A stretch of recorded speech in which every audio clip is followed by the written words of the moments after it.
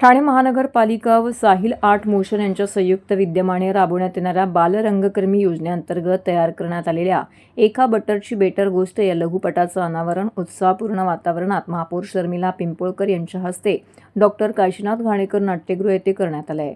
ठाणे महानगरपालिका शाळेत शिकत असलेल्या विद्यार्थ्यांच्या कलागुणांना वाव देण्यासाठी अशा प्रकारची बालरंगकर्मी योजना राबवणारी ठाणे महानगरपालिका महाराष्ट्रातील एकमेव महानगरपालिका असल्याचे सांगत महापौरांनी सर्व बालरंगकर्मीचे कौतुक केले.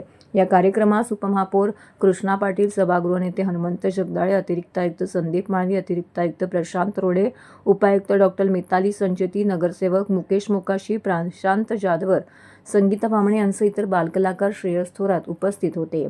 एका बटरची बेटर गोष्ट हा लघुपट पाहिल्यावरती त्यातील कथा ही माझ्या लहानपणाशी मिळती जुळती असल्याचं भासले.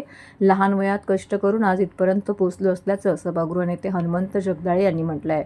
तर कोणतंही काम हे लहान किंवा मोठं नसतं, ते प्रामाणिकपणे करणं हे महत्त्वाचं असल्याचं सांगत मीही 5वीत असताना कंदील तयार करून ते आजूबाजूच्या लोकांना 5 रुपयांमध्ये विकत असल्याचं उपमहापौर कृष्णा पाटील यांनी नमूद केलं आहे. ठाणे महानगरपालिका नेहमीच चांगल्या उपक्रमांना सहकार्य करत असते.